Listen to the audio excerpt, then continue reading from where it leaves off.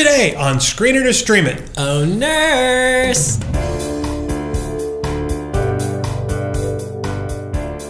Hotel Artemis is rated R for violence and language throughout, some sexual references, and brief drug use. Set just 10 years in the future, Los Angeles is undergoing a wave of riots and violence over water scarcity.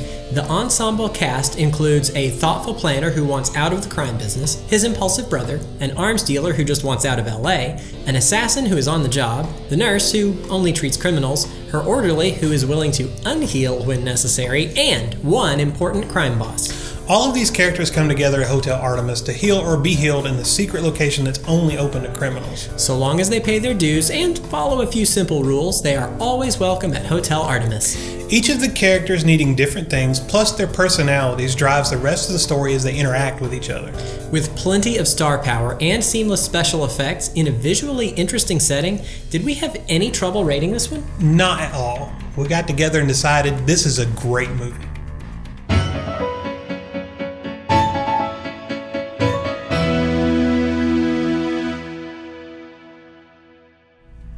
So, I don't know if I wasn't sure exactly what to expect with this one, but, I mean, we had just seen the trailer not that long ago, hadn't really heard much about it, and it looked like, that could be fun.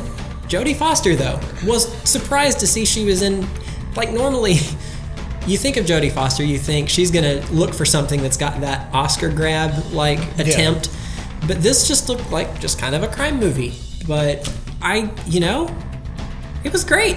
It was great fun. Oh my gosh. Again, kind of said the same thing when we were watching Upgrade, but you just kind of expect from the trailer, from the premise, that it's just going to be, like you said, a good time, bunch of shoot 'em up and smacking around the bad guys. And I too was kind of surprised to see Jodie Foster, Dave Bautista. Love Dave Bautista in pretty much everything, which hadn't been in a whole lot, but pretty much everything I've seen him in, I really liked him, and it's no exception here. And then to saw, they hinted at Jeff Goldblum. I think he was in the trailer, just really quick. And was kind of surprised at the cast for it. Also, like you said, surprised didn't really see anything for it until just a few weeks ago.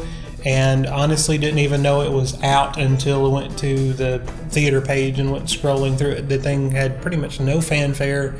And aside from us, it's pretty much panned by everyone. I'm sad by this. When the movie finished, I said it was a way better movie than it had any right to be.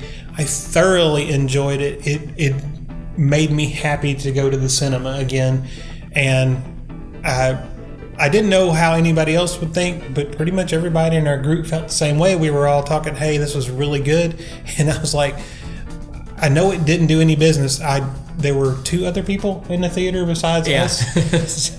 Literally two other people in the theater besides us, and they didn't play on their cell phone the entire time. Thank you, guys. But classic. I was like, no one went to saw that. I was like, man, it's such a shame. But I said, I know when I look it up, everybody's going to love this thing, and maybe it'll have a second life as a streaming release, because it really feels like one of those movies that could be a cult classic a few years down the road. And I'm like, there's got to be a lot of people that love this thing, and there's not. And I don't know where the disconnect comes from there. I don't know if people were expecting too much out of it. I don't know. Or just expecting something different. Well, and like you said, an Upgrade, it was better than you expected. And so that disappointed you because you just wanted campy violence and buckets of blood, and that's not what they gave you. So. And then that's pretty much what we got here. It was kind of campy violence, some witty dialogue. There was some story to it, but I don't know, like you said, the plot's not going to... Yeah, the plot was not hugely important in this one. The biggest thing they did that just made me so happy was how well they developed every single character in the cast. Every single one was interesting, fun, had their own needs, wants, motivations, and how that played together is what built all the action, and it was just fun. Well, and the premise of the thing is, you have this hospital that's for criminals, and you stick all these criminals in there, and they did a really good job of, like you said, they had completely different personalities, and completely different, one was an assassin, an arms dealer, a bank robber, and they were all, had different abilities, but they were all so different. Yeah. That it really made kind of a neat, fun thing that this eclectic collection of characters came together. Then you throw in Jodie Foster as the nurse, who's kind of this, elderly, caring lady who's just trying to help people, and this is the only way she can do it. Feeling going, kind of. And then Batista is her orderly assistant. Orderly. He's a healthcare professional. And he was hilarious, but they're trying to do good. Everybody else is trying to do bad. And it made a really nice contrast, and it was fun. And I kind of initially, they give you one character you're following, and then Jodie Foster shows up, and then they follow her a lot. And it gave, for a little bit, you're not sure who is the main character. And that's why we said ensemble cast, because there's really... Yeah. Certainly she and the planner, Thief, got kind of the most time, but not much more than the second tier guy. So really, it was like everybody was supposed to be... You're supposed to know what's going on, and I liked that. I don't always like that, but this time I did. It worked perfectly this time. It was great. Well, and a lot of times we pick things apart and we talk about the movie sins, things that they do wrong. And this thing does have a lot of... In another film, I would probably pick apart, but because the ride, to getting there is so much fun. And I hadn't thought about it. Someone else said it, but if you're enjoying the movie, like even though those things are present. You don't harp on them. It doesn't, hit in your brain and go, oh, that's bad. They shouldn't have done that. But when you're not enjoying the movie and it's kind of slow and you're just not into it, you're sitting there looking at all that stuff. Because, thinking about things, there's things that aren't explained, which, they're not, they're kind of major things, but it's not a major thing. Yeah. But they're basically trapped in this hotel or... It's called Hotel Artemis, but it's pretty much a hospital. So they're trapped in this hospital together, and it's pretty much because a giant riot is happening outside, and you can't go outside because the city is in disarray, and they got rocket launchers and it looked pretty nasty outside. And there wasn't a whole lot of development for that. In another movie, I would complain, and you never really see it. It's always at a distance. Yeah, you see like the wide shots, and there's kind of movement, but you don't really. But I don't care because I was enjoying the movie, and it was pretty much just a device to keep them in the hotel, and not an annoying one. Surprisingly, it wasn't so over the top that it's like just constantly causing problems. But it was just then their own fear kept them inside it. It worked. I liked it. Well, and so you had there was an arms dealer, and he was kind of a Weasley conniving little guy. You had the assassin lady she's a high-end. What was her line? I only kill important people. I only kill important people. And she's a very high-class assassin, I guess. And then you had the two brothers that are bank robbers, and they're even amongst the two of them. One of them, he's kind of drug using, and he's kind of wild and really, let the cards fall where they may. And the other brother is very calculating, and he has everything planned out to a T. And actually, that's a plot point and a device in the show is how well he plans for everything. And then at one point, you end up with a police officer, and you've got the nurse, and she has her own backstory, and she has troubles and things she can't. She has problems she has to deal with. And then you've got Batista, and he's got his problems. Everybody kind of has a problem, but everybody also has a skill and ability that makes them really good at whatever they do. Yeah. And while the violence was great.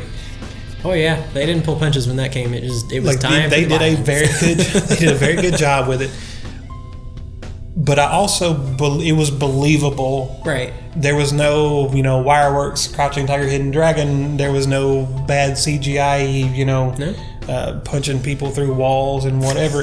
And even so, the assassin lady is this very thin lady, but she was I believe she could do that. She wasn't picking up 200-pound men and throwing them. She wasn't punching them out in one hit. She was using found weapons, sometimes just whatever she could get. She was using technique and ability and skill. And so it was believable. Batista was picking up and throwing people, but I believe that too. So and the axe. He found an axe. And the arms dealer is kind of this small kind of sniveling little guy, but he uses weapons and things to his advantage, and so all of that worked. And there was nothing in this movie. There was no point in no time, that I could turn up my nose and just go, oh, they did that. And there's a couple that I probably might have, and like I said, something else, but because I was just enjoying the ride, I didn't.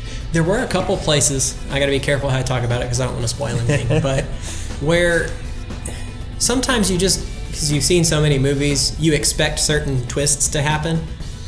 Well, this one, there were a couple of those setup moments where I was like, oh, I know what's about to happen. It's going to be this thing. But it didn't. And for some reason, that put me so on edge. And I guess it's because I cared about the characters to that point, so I was expecting something really bad to happen to them, and it didn't. And so I was constantly on edge just waiting for it, and then the scene played out, and I'm like, okay.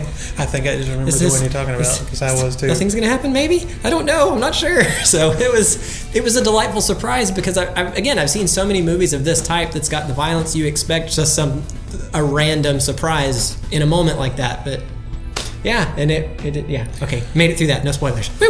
Well, and there was that moment was it towards the end? Mm-hmm. Yeah, so I had that moment. And, we were all cringing. It's like, So, Jeff Goldblum. Oh my gosh, best reveal ever. It is. And it was great. And his little character, and he's not in the film for very much. He just has a little bit part where he shows up. But they build him up so much that it's almost like he was there. You hear about him the entire time. They're talking about him the whole movie. But so he's crime boss, and mm-hmm. Zachary Quinto is his son. Yeah. And again, there were some things, they had some interactions and stuff, and I'm like, oh, this is going to be the part where he does this. And I expected him to do it, and it wasn't something I would expect anyone to actually do on the planet. But every time it's in a movie, it happens, and it didn't. He acted and kind of followed along the path like I think a normal person would do. And I was like, wow, that's kind of refreshing to be, And he was a little bit over the top and a little bit stiff, I guess, but again, I was fine with it. I thought it worked fine for the character. I mean, because he was the guy, he owned the city or whatever, so. And another thing I really liked about this movie was the set. Oh my gosh. The design. All of the art direction. Yes. All of it. Way to go, guys. And we actually talked about this when we were talking about The Shape of Water, which is one of the best movies ever.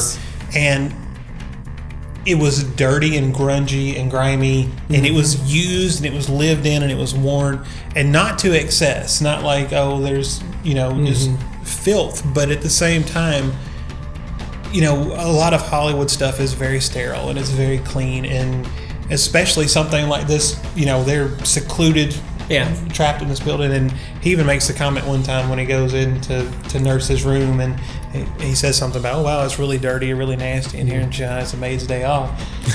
But that's a lot of times in movies when so there's supposed to be this hotel is a hospital, but it's a hospital for criminals, right? And it's it's out of the public eye, it's hidden, it's secret. And so it's a little run down, it's a little dingy, it's a little dirty, and everything just kind of fit. And this is set in the future, so there's some techno gadgetry stuff. But again, some of it was really neat, but it was not beyond comprehension. It wasn't like, ooh, that's really... Yeah. It was a little sci-fi. Which I do think they're being a little optimistic, setting it only 10 years in the future to have some of these things. But I mean, hey, you never know. Who'd have thought in 1950 that we'd have stuff orbiting the Earth in 10 years? So. Well, I mean, she has the hospital tech, the medical tech. Like I said, some of it. But I like they 3D printed an organ. That's something they're trying to do, or might even be able to do right now. Not at the speed and the accuracy and that she did, but that's. And even that was not a perfect thing. And she told him. And she told him, well, these are the odds. Yeah, it can work, but this is the risk. And they had a lot of scanning technology and things that we don't have. The microwave scalpel was probably about the most ridiculous thing. Yeah, that was probably the least plausible thing of all the things they had. But like you said, who knows? Who knows? But all of that was enjoyable. It added to the atmosphere of the movie, and it kind of it was a really neat mix of grungy down to earthness and sci-fi. Yeah. And I really wasn't expecting... I mean, I knew it was set in the future from some of the things we had seen, but I really wasn't expecting a sci-fi movie, and it's really, I mean, except for like the medical tech and a few weapons and things, it wasn't really. It was more sci-fi than I expected. It's just from the trailers, I thought it was kind of a present day sort of situation, but no, that was a pleasant surprise because it was done well. So. Well, and a lot of my favorite sci-fi things are kind of dirty and grungy, and if you think about one of the things about Star Wars, Star Wars is not sterile. Yep. Yeah, it's all used. It's worn. The paint's chipped, and except for the Empire, but they're the bad guys, so it's okay. Things like that, and I love a dystopian, Mad Max and things like that. Yes. It's all worn. It's all dirty and used, and that had that. The set design added to it, and it had that feel, and I really enjoyed that. So I visually enjoyed watching it. You throw in Jodie Foster, who we know can act very well. You throw in Jeff Goldblum, who we know does a great job, and he did a great job here. And then, like I said, Batista, I love in everything he's done. He's just fun. He's so much fun, and I enjoyed that. And the other characters, some of the ladies and stuff, I didn't know, she's been in 40 other things. Seen them, but don't remember their names. But they did a really good job at playing their characters, and all of those characters coming together, and they don't fit, but they're forced to be together, right? Because they needed medical attention, and now they can't get out, even though they're healed up, or some of them are healed up, some of them are still recovering, but they can't get out because there's this war zone outside the front door that is swept over it, and all of that just makes it fun. And it doesn't matter to me anything else. If you sit down, you enjoy it, and it's fun, it's a good movie. That's the main thing. And it doesn't matter if it's a sci-fi, if it's a comedy, a drama, or whatever. If I got some enjoyment out of it, it's a good movie. And I got a lot of enjoyment out of this. Yeah, we all did, for sure.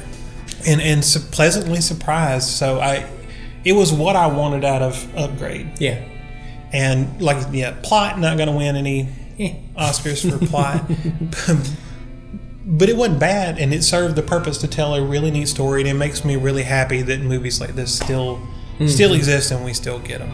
Yeah, I agree completely. I've got nothing else on this one. That's it for me. All right, well, what do you have for a streaming option? All right, so my streaming option is going to be The Hateful Eight. Okay. And so I love Tarantino, and this film does, although it's full of violence, does not feel like a Tarantino film. Yeah. But you get some very similar qualities. And The Hateful Eight basically set, Old West times, and it's like a general store, I guess you would call it, on a mountain, and people are stopping by, and this giant snowstorm comes up, and they get trapped in this general store. So same thing, Hotel Artemis, a bunch of people trapped, and each one of them are these wild and unique characters. And Hateful Eight, I don't think you know it right at the first. Some of them is very apparent, but they're all, very good at killing other people. And same thing in Hotel Artemis. It's these people trapped together, and they're very good at killing each other. And the feels are slightly different. I think, Hateful Eight has a little better story, and it's a little more drama-y, Tarantino-ish, where Hotel Artemis is a little more sci-fi, a little more just kind of fun, kind of easygoing atmosphere as compared to the seriousness. But at the same time, you get a lot of the same plot points and check boxes ticked, especially with the violence. We like violence. But so that's my recommendation. Lots of witty dialogue, as you would expect from Tarantino. Lots of shoot 'em up, blood, violence, that sort of thing. So I thought it was a pretty good comparison. Well, I've had a few thoughts. I could not think of one that I really felt like fit, and so this has been just trouble for me. So I'm going to go with kind of the best fit that I can think of, and I don't think it's great, but I'm going with John Wick for the obvious reason of they had the hotel that all the criminals would stay at, which that piece of John Wick felt very similar to Hotel Artemis, except that it was clean. It was very well kept. But they had all the criminals there, they had the rules that they all had to abide by, and that was a very similar feeling. That aside, though, very different movies. John Wick's pretty much just about him, and then the bad guys get some screen time, but it's pretty much about him, and it's a very straightforward story of they killed his dog, stole his car, and he's out to get revenge. So it's very linear, straightforward, whereas Hotel Artemis was kind of more an ambient thing that was just happening. And John Wick, though, man, a lot of people get shot in the face in that movie. So there's just so much violence. I can't remember what was the hotel in John Wick. Something with the C, wasn't it? It was like the Concord or... That might be it. Something like... But literally, when we saw the trailer for Hotel Artemis... Right, we thought... When it started, we went, oh, is that they're making a movie about the hotel, and then it went to medical and all that. I was like, well, that's not the hotel from John Wick. So I don't know if one inspired the other or how that... But that piece of it gave me a similar feel, and I liked that. And that was one of the more interesting parts of John Wick, which is a very simple movie, not really brainy at all, just doesn't even really have too much witty dialogue. It's just pretty much a straightforward revenge piece with people getting shot. And so, but you know what? If somebody did make a movie about the hotel... It would be interesting. And it would be Hotel Artemis. Yeah. So, so that's an interesting one. It's fun if you like the violence. And I think that is all our time, so we better get going. Thank you so much for watching Screen Under Stream It. And remember, don't take your kids to the movies on Tuesday nights, because that's when we go.